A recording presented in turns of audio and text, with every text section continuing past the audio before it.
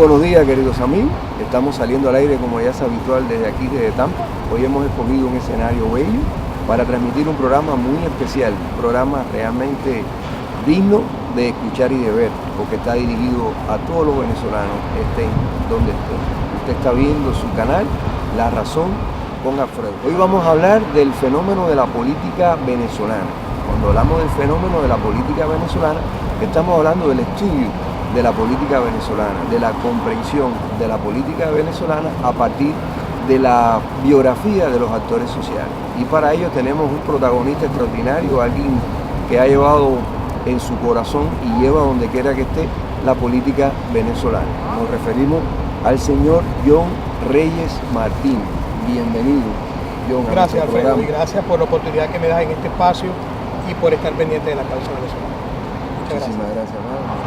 John Reyes es maracucho, nació en Maracaibo, en el estado Zulia. Es un honor tener un maracucho, creo que es el primer maracucho que vamos a tener aquí porque son vergatarios, son gente de verdad, en la historia han brillado, han sido gente de fuerza, gente de empuje, con un liderazgo extraordinario. Es correcto, Maracaibo es una ciudad extraordinaria, como toda Venezuela, llena, bueno, de su cultura, con su propia música, una ciudad turística, bueno, llena de gente muy valiosa, talentosa.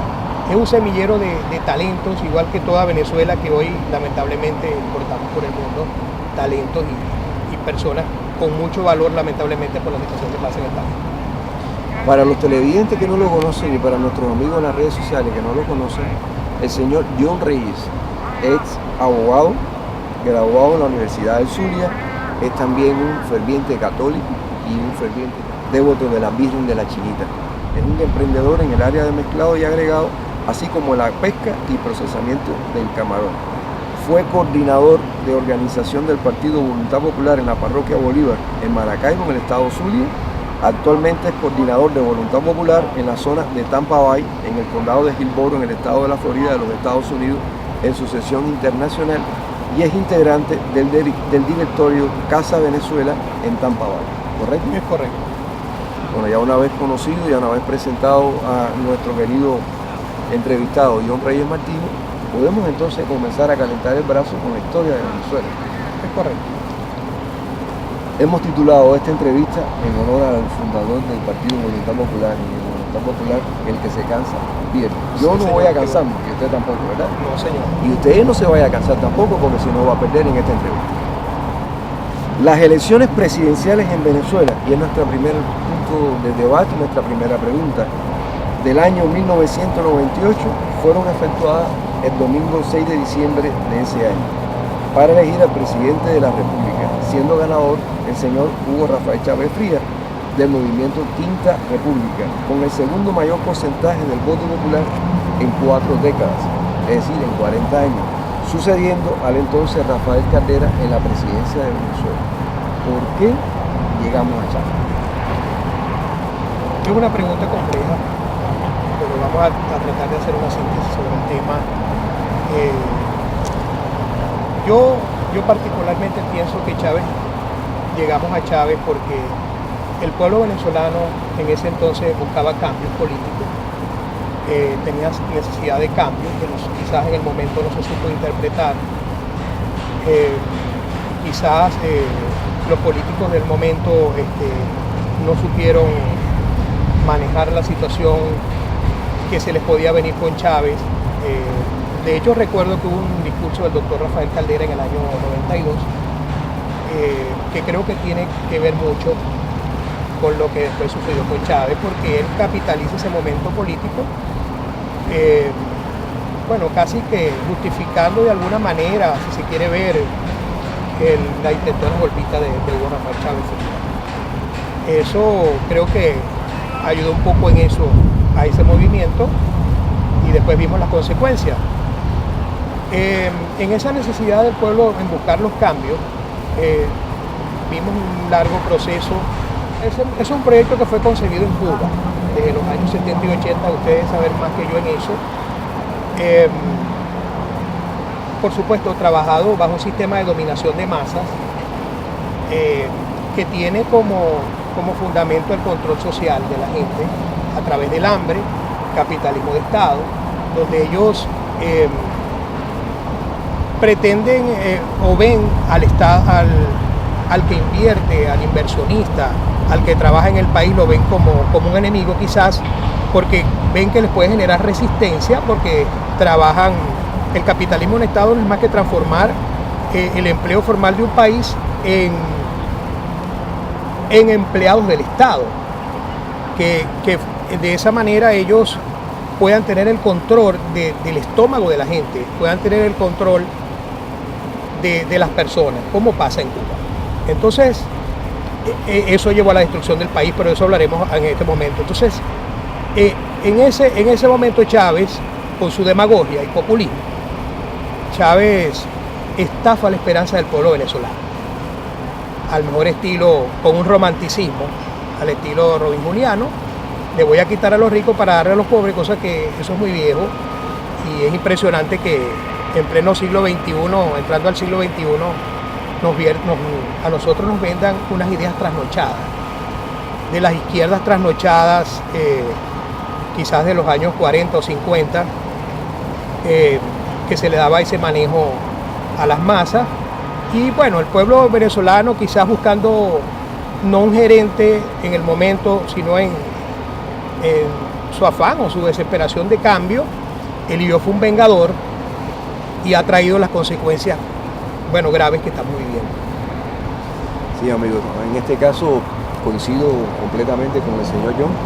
Realmente en el año 1998 había una crisis económica que no había sido zanjada, había problemas desde el punto de vista del protagonismo de los partidos políticos, había una serie de condiciones que se dieron en la sociedad y el proceso de cambio era una necesidad, pero no es la dirección que se llevó a través de Chávez, por cuanto hubo una manipulación de todo eso. Ya sabemos cómo surgió el chavismo, cómo se formó el chavismo, cuáles son los antecedentes del 4F del chavismo y los valores que defiende, o los antivalores que defiende realmente. Si usted revisa los indicadores de impacto de la sociedad venezolana, realmente había una crisis económica que no había sido zanjada, había una crisis entre los partidos políticos, realmente desde el punto de vista de aspirar a la gobernabilidad del país, a la alta magistratura de la presidencia de la República, y toda una serie de aspectos, y un hombre que se vista con el repaje humanista, que es prácticamente uno de los elementos fundamentales de la democracia, que se ha hecho precisamente para el disfrute de las libertades del ser humano, pues fue acogido muy bien en la sociedad venezolana, y mucho más con el programa que él supuestamente traía, con el respeto que él supuestamente generaba por ser un militar de carrera en ese tiempo, aún con los antecedentes que traía del 4F. Inclusive hay una investigación que se ha hecho sobre la matanza de Cararao, y supuestamente en uno de esos expedientes supuestamente estaba implicando también el señor Chávez. O sea que traía antecedentes negativos para un escenario que los venezolanos querían desde el punto de vista positivo. Hoy sabemos todo lo que sucedió. Pienso que desperdiciaron un capital político importante. En su momento generaron esa esperanza en el pueblo venezolano y no lo supieron aprovechar. Estafaron pues esa esperanza y luego montaron un modelo bien interesante, porque no fue al inicio una dictadura franca al inicio, sino que tenía una mascarada de democracia, porque llegaron al poder, bueno, con legitimidad de origen, pero no de ejercicio.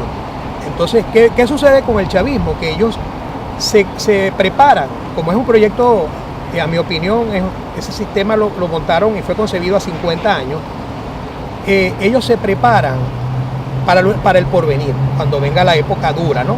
Ellos empiezan a hacer una hegemonía del poder, secuestrando las instituciones venezolanas.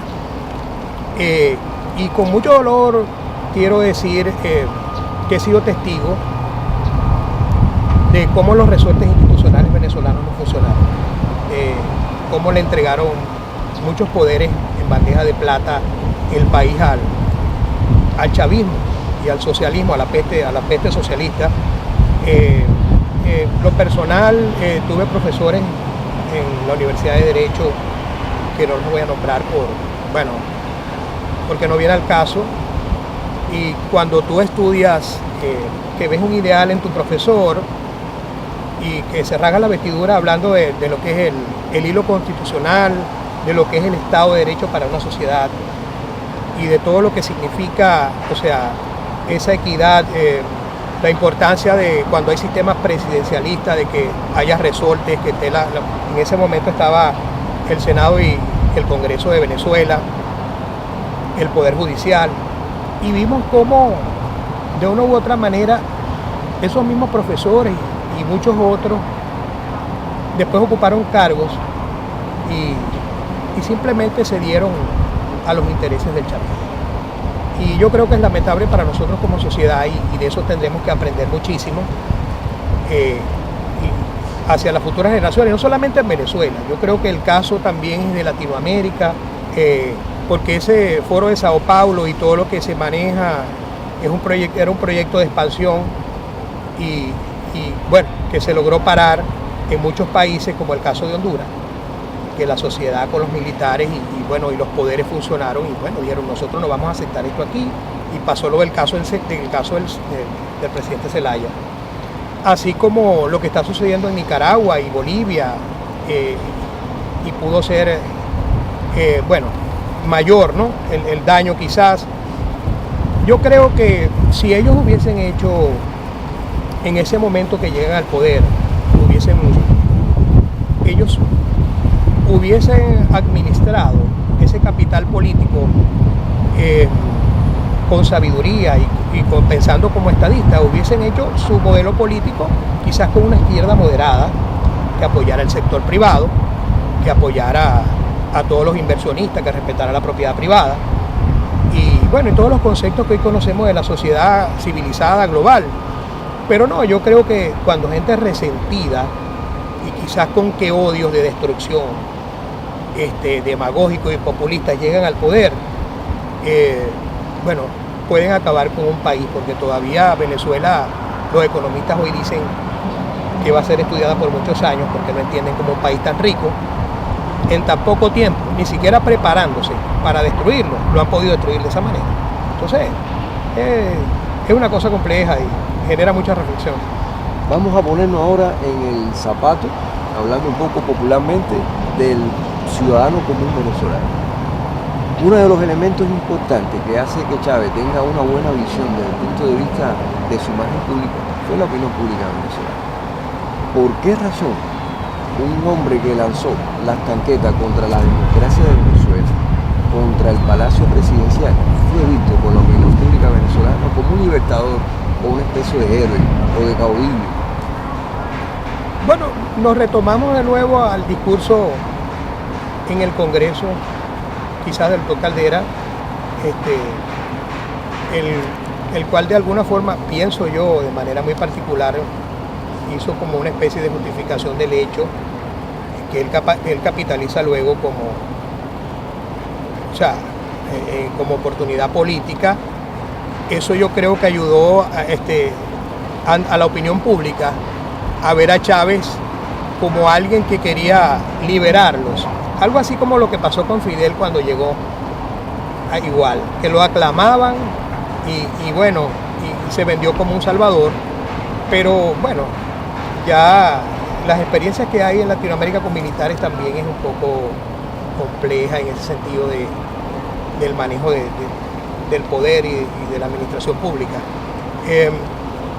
Pero lo repetimos, los pueblos a veces dicen que los pueblos no se equivocan, yo pienso que a veces se cometen errores y también hay responsabilidad quizá de políticos en el momento de no saber interpretar las necesidades de cambio de una sociedad. Yo creo que eso influyó mucho en eso.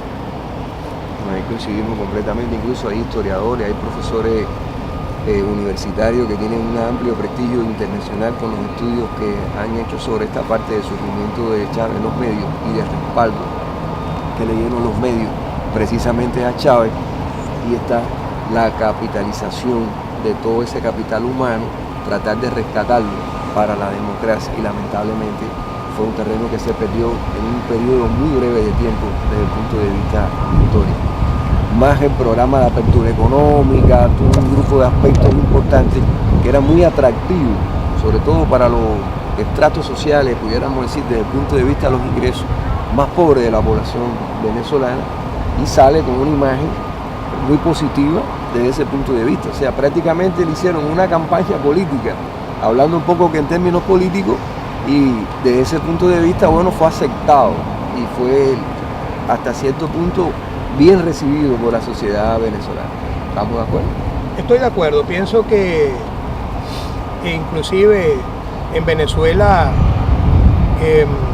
muchos grupos económicos confiaron o creyeron que iban a poder manejar al fenómeno Chávez. Se dice que los Amos del Valle, bueno, grupos que quizás en su momento creyeron que podían manejar políticamente a un dictador, imagínate, de esa categoría, y cometieron el error. Muchos medios también, medios de comunicación. Yo estoy de acuerdo con lo que usted dice y bueno, llegamos hasta aquí lamentablemente. Retomando este aspecto de ponernos en el zapato del ciudadano venezolano, la historia venezolana está demostrando todo lo que se ha confirmado en América Latina de qué sucede cuando un militar se monta en el poder. Hasta ahora no ha habido otro ejemplo.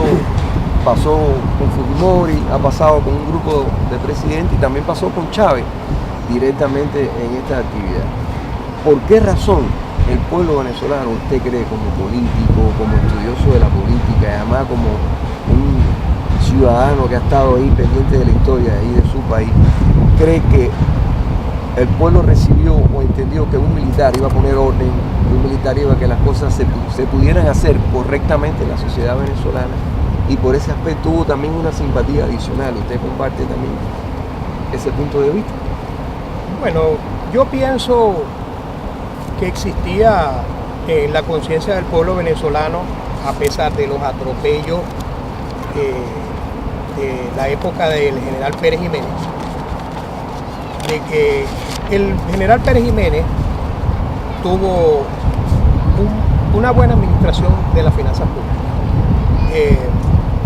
Se dice que construyó grandes carreteras. Yo realmente no conozco toda la historia, pero de lo que he leído, tuvo éxito en lo que fue el caso de corrupción. No hubo corrupción, y quizás los abuelos, dentro de los fenómenos que pasan dentro de la política y las evoluciones y la dinámica que tienen los pueblos de cambio, ¿no? de querer cambiar, quizás vendieron ese mensaje que una gorra militar bueno, iba a ser más fuerte por los hechos de corrupción quizás que estaban pasando en su momento, y creyeron reeditar con Chávez por lo menos el área de la corrupción, porque la parte de Pérez Jiménez con la oposición venezolana también fue, bueno, los problemas de derechos humanos y todo lo que se teje dentro de esos sistemas totalitarios.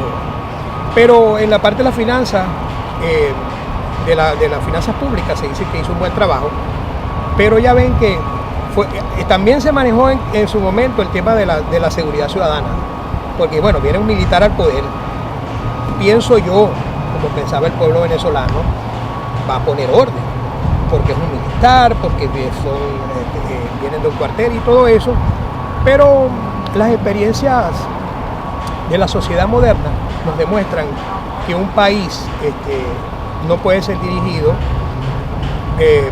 por personas que no estén capacitadas para hacerlo, que tiene que haber, no solamente, no es la parte formal del uso de la fuerza o de entenderlo como si fuera un cuartel, porque un país no es un cuartel.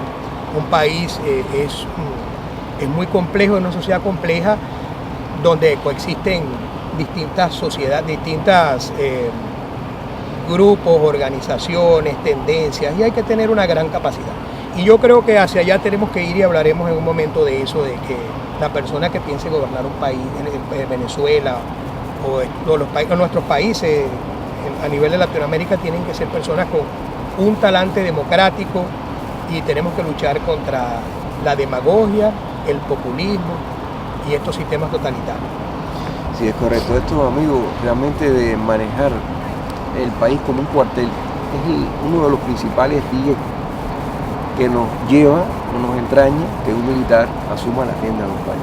Entonces, sobre eso, en la historia contemporánea, yo creo que el caso venezolano lo muestra con creces realmente no es la solución a los problemas del país. Los problemas de un país se solucionan con políticas económicas y políticas sociales que se direccionen a resolver las causas de los problemas que aquejan a la sociedad en su conjunto. Volvamos a rescatar un poco la historia venezolana y la historia democrática venezolana. ¿Qué usted rescataría de la época democrática venezolana, llamada incorrectamente por el chavismo la Cuarta República? De los 40 años. De los 40 años. Bueno, mira, la bandera de Chávez fue hablar de mal de los 40 años. Ningún sistema democrático es perfecto. Por supuesto, se cometen errores dentro del sistema, dentro de un mandato. Varios elementos, ¿cómo explicarte? Podemos ver desde el punto de vista de la administración que hay de repente casos de corrupción, y si los resortes institucionales funcionan, serán juzgados.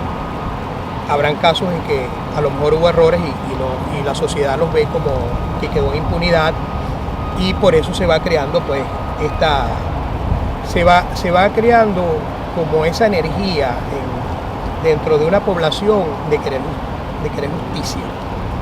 Entonces, nosotros tenemos que ver de que en un sistema democrático, el pueblo, cuando funcionan los poderes, tiene la oportunidad de cambiar al gobernante, cosa que no pasa en estos sistemas totalitarios, que si el gobernante es malo, entonces ellos hacen una hegemonía del poder, reforman la Constitución, o si no la pueden reformar igual por decreto, como hizo Chávez, impone a la fuerza, sangre y fuego, lo que él quiere hacer. O hace una Asamblea Nacional Constituyente ilegítima sin que vote nadie, como le da la gana al estilo cubano, para ellos poner y quitar gobernadores, presidentes, alcaldes, o nos cambian la forma de caminar.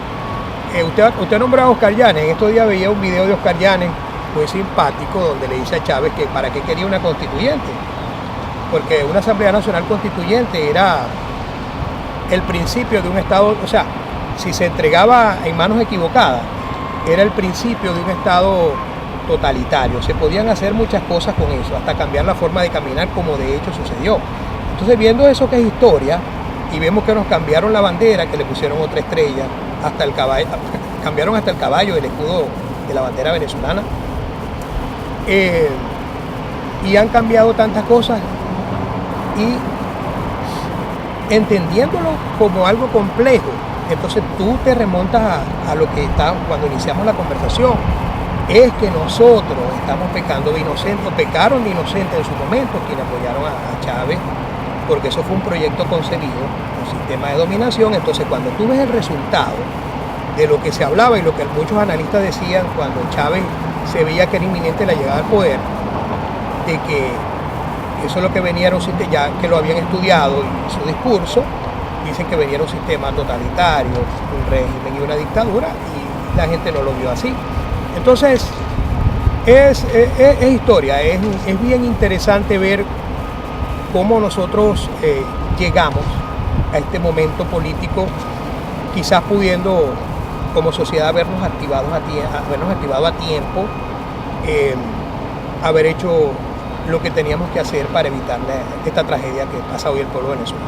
Entonces rescataríamos todos los valores que lleva la democracia. Es correcto. La libertad de expresión, la libertad para circular, la libertad de empresa para poder invertir en el país, para atraer inversión extranjera, para elevar la calidad de vida, para que el ciudadano pueda viajar por el mundo. Es correcto. Fíjese, en esa época, a pesar de que yo era más joven, pero todavía sigue siendo joven. Bueno, y si no, que lo digan los amigos en las redes. Sí, desde que cambiaron, desde que hubo el cambio político, se hizo grandes cosas, se industrializó el país. La beca Gran Mariscal de Ayacucho fue una beca que proyectó al mundo a excelentes profesionales venezolanos. Las instituciones se preservaron con sus errores, funcionaban los resortes de poder. De hecho, a la muestra, el presidente Carlos Andrés Pérez fue juzgado en ejercicio. Eso quiere decir, con o sin razón, eso lo dirá la historia, y lo dice la historia, y cada quien tendrá su propia opinión sobre el tema. Pero funcionó. Dígame usted cómo jugamos Hoy nosotros, si el régimen de Maduro hizo una hegemonía del poder y secuestró los poderes, entonces eso hay que ver, pero hay mucho que rescatar de esos 40 años de democracia, con todos los errores que podamos ver y esa gran oportunidad de nosotros poder cambiar de gobernante, que el pueblo se les respete su decisión sabia en su momento de generar esos cambios. Claro, cuando ahorita hablábamos de cómo llegamos a Chávez o por qué llegamos a Chávez, hablamos de un elemento importante, que es el proceso y factor de cambio. La democracia venezolana necesitaba ese cambio, pero no ese cambio en esa dirección de Chávez, sino el cambio de fortalecer la democracia, de fortalecer todas sus herramientas de democracia, toda la institucionalidad, todo el protagonismo de los partidos políticos y darle más protagonismo a los estudiantes, a los jóvenes de la sociedad para que pudieran expresar, para que pudieran ser, en este caso, partícipes de todas las políticas y todo esto. Entonces rescataríamos todo eso en el beneficio del ciudadano venezolano, porque con democracia usted va a tener libertad, va a tener un grupo de oportunidades. La democracia no le va a entregar el P, le va a enseñar cómo usted tiene que alcanzar el P para poder, en este caso, alimentarse. Es correcto. El socialismo, hemos visto que es todo lo contrario. Todo se diluye en un pez, agradece que te voy a dar el pez, no te voy a enseñar a pescar y vas a depender constantemente de mí y de lo que yo considere que pueda o no comer. Es correcto. Bueno, en Venezuela tenemos ministros que dicen que no los vamos a sacar de la pobreza porque entonces se convierten en escuálidos. No es que vamos a sacar a la gente de la pobreza para llevarla a la clase media para que después aspiren a ser escuálidos. No es que... O sea, correcto. Lamentablemente. ¿De qué así. Tamaño, no? De decirlo públicamente. O Chávez dijo, no importa que andes descalzo y con hambre, pero hay que luchar por la revolución. No importa que andemos desnudos, no importa que no tengamos ni para comer, aquí se trata de salvar la revolución. Esas son cosas que llaman mucho la atención porque hay una predica que dice que no solo de pan vive el hombre. Un hombre vive de su desarrollo integral, personal, académico, recreacional, de bienes y servicios y tantas cosas más. Y mira lo escaso de la visión de esos sistemas, que ellos vendiendo esa supuesta equidad y buscando esos fantasmas nacionales e internacionales a los que acusan de todo, y aprovechan eso para hacer un saqueo. Porque realmente mientras la población muere de hambre, ellos viven como jeques, como millonarios. Así es, una élite en este caso. Ahorita usted hablaba de Oscar Yáñez. Para los amigos que nos están viendo, detrás de cámara, antes de empezar la entrevista, estábamos poniendo un ejemplo de cómo nosotros veíamos la política y me parece que lo más didáctico para llevárselo también a usted era la visión que tenía el maestro Oscar Yáñez, que fue realmente un maestro del periodismo político y un maestro del periodismo en todos los sentidos. Y él decía que cuando él era un niño, él estaba con su familia y el partido político de su familia quería buscar algo que lo identificara. Y él como niño propuso la piñita. Y todavía no habían alzado la bandera de la piñita y ya en la acera de enfrente el partido de oposición a ese partido tenía abajo la piñita. O sea que eso es un poco que grafica lo que significa la política. O sea que realmente es un tema muy polémico, muy contradictorio, pero que vale la pena. Porque Platón en su época decía que el precio de no preocuparse por la política y por su gobernante era tener gobernantes con las características de Chávez y de Nicolás Maduro. Es correcto, y cuando tocamos ese tema, entramos en un tema quizás un poco difícil porque lo que está pasando actualmente en Venezuela y quizás una parte de la población que no se ve expresada en algunos partidos políticos porque piensan que quizás en su opinión no han hecho el trabajo o no lo han hecho de la mejor manera que creen conveniente. Y en eso yo quiero hacer una reflexión, porque estos regímenes totalitarios juegan a la frustración de la gente y a destruir los liderazgos políticos, pues ellos pretenden crearse su propia oposición. Y han pasado fenómenos que muestran realmente cómo operan. Hay un fenómeno del 2017 que quisiera traer a colación aquí, que fue advertido por un analista venezolano, Luis Vicente León, que es un excelente analista, nosotros hicimos un plebiscito en el año 2017. Ese plebiscito fue para decirle a Nicolás Maduro que no queríamos la Asamblea Nacional Constituyente y decirle a los militares, a los cuerpos policiales que apoyaran la Constitución y al pueblo venezolano. O sea, una serie de peticiones que hicimos en ese plebiscito, en el cual votaron 7.800.000 personas. Eso fue una feria electoral del pueblo. Eso es algo que tú llevas en la sangre, haberlo vivido, como la esperanza de un pueblo. Hay un caso de que una persona fue hasta en una camilla a votar, con la esperanza de cambio, que son abuelitos, abuelitas, madres, que ya muchos tienen sus hijos fuera y están solos en Venezuela. ¿Sabes? Generándole la conciencia a los militares, sobre todo, creo yo, que es donde se sostiene el chavismo. Ese era el efecto que tenía, porque que queríamos generar. Ellos posteriormente iban a hacer una Asamblea Nacional Constituyente, la cual hicieron, a pesar de las luchas que nosotros tuvimos, muy fuerte, pero por supuesto, a través de la fuerza, ¿no? Lo hicieron. Y Luis Vicente León hizo una reflexión.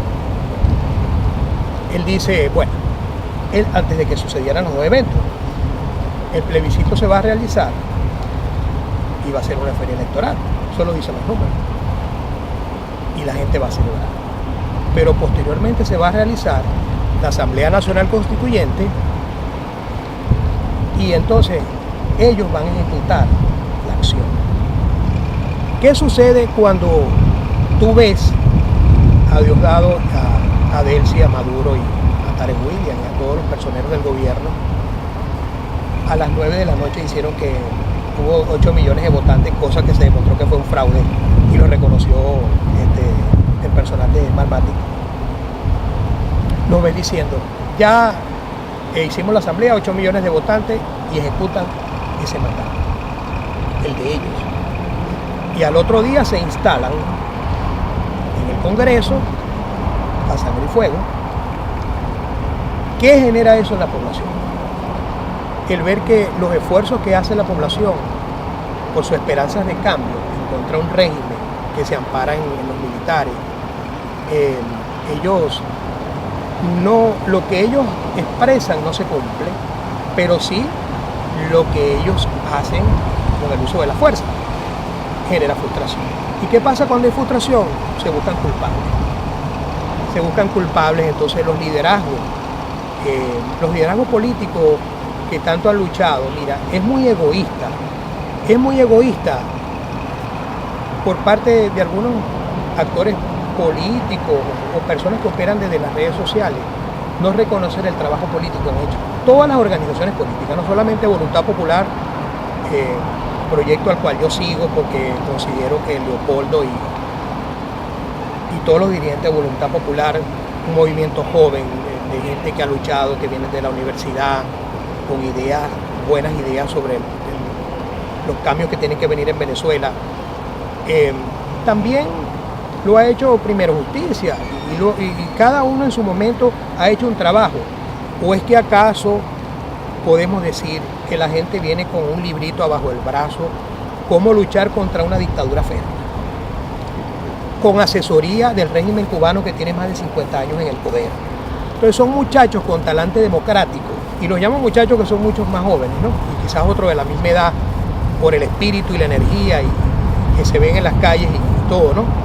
Pero entonces, qué difícil es que pasa que van diluyendo los liderazgos políticos, porque la población se ve frustrada, pero resulta que así tú tengas talante democrático y tú quieras, porque yo creo que toda esta generación fue formada dentro de la democracia, dentro de la democracia de los 40 años, una gran parte de esta generación. Y por supuesto persiguen un camino democrático que sea constitucional, electoral, no violento. O sea, esa es la aspiración que puede tener cualquier político con talante democrático. Entonces, luchar con reglas democráticas en contra de un régimen que en el fondo tiene un proyecto, y volvemos al proyecto, que no es claro, que lo que te está cediendo espacio. Fíjate que ocurre algo interesante. Ellos ceden al principio del mandato, yo no sé si me extendí un poco de todo, pero es que es bien interesante el tema y va fluyendo todo. Puede expresarse libremente como usted desee. Y usted también, amigo, puede expresarse libremente a través de las redes sociales. Mira, ellos cuando comienzan el mandato, con esa especie de mascarada democrática, ellos ceden espacio político de manera inteligente para ir llevando la cosa, como mientras no pierdan el poder central, cedían quizás ciertas gobernaciones, hacían un juego democrático. Mientras ellos iban secuestrando el país para tener el dominio total, iban haciendo una racia militar de poner quizás los últimos de la promoción de comandante, pero que sean leales, hablando de los militares, y también haciendo también en los poderes públicos una purga y poniendo gente que le sean leales, no a las instituciones, sino al régimen. Entonces, de manera interesante, eso se transforma. Cuando disminuye la popularidad de Chávez, esos problemas comienzan con la primera caída petrolera en el año 2008, que llega el barril de petróleo a $33, empiezan a haber problemas, ellos empiezan a apretar el torniquete o el tornillo, y de ahí para allá hay una evolución del régimen, donde ya se adentra más hacia una dictadura más franca, ¿no? Y más abierta, y se empiezan a caer las caretas. Y es donde se ponen a operar lo que han logrado, esa hegemonía que han logrado, se pone a operar en el momento, porque entonces ahora que no tengo popularidad, entonces ahora voy a mandar con los militares y con los poderes.